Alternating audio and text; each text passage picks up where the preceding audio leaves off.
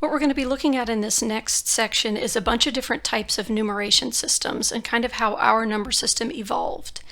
So the first thing we have to talk about is, well, what is a numeration system? So it's a collection of properties and symbols that are agreed upon to represent numbers systematically. So throughout history, different groups of people have used different things to represent numbers until we finally evolved to what we use today. So we are going to learn about how the Babylonians and the Egyptians and the Romans did math. The number is actually the amount that's being counted or measured. So like, let's say you have 5 objects. The number is that word, that amount 5.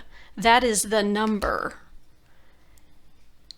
The symbol that we use to designate that amount is actually called a numeral. Now, I know in school we were all taught that these are called numbers, right?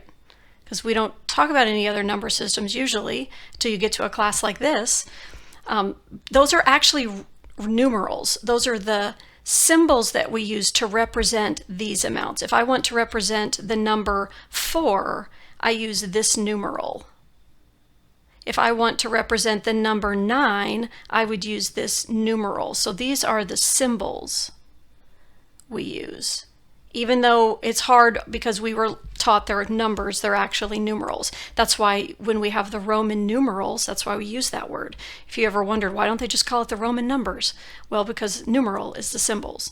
So you can see how the Babylonians counted. It's kind of a funny looking way to do things. You can see how the Egyptians counted. It was kind of like a tally system. The Mayans used dots and lines. The Mayans actually had a symbol for 0. The other ones didn't.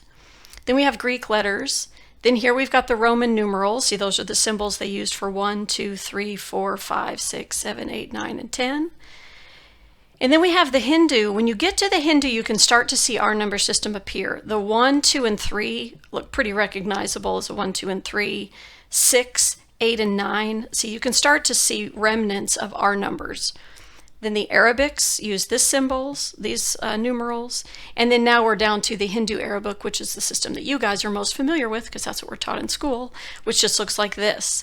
What we need to talk about is, like, when do we roll into 2-digit numbers? Well, when did they roll into 2 digits? And when did the Babylonians, like, how many digits did their numbers have, and how is it different than what we're using? And why have we finally settled on this one? There must be a reason. It's got to be easier. There must be some sort of a reason. But that's just sort of the evolution.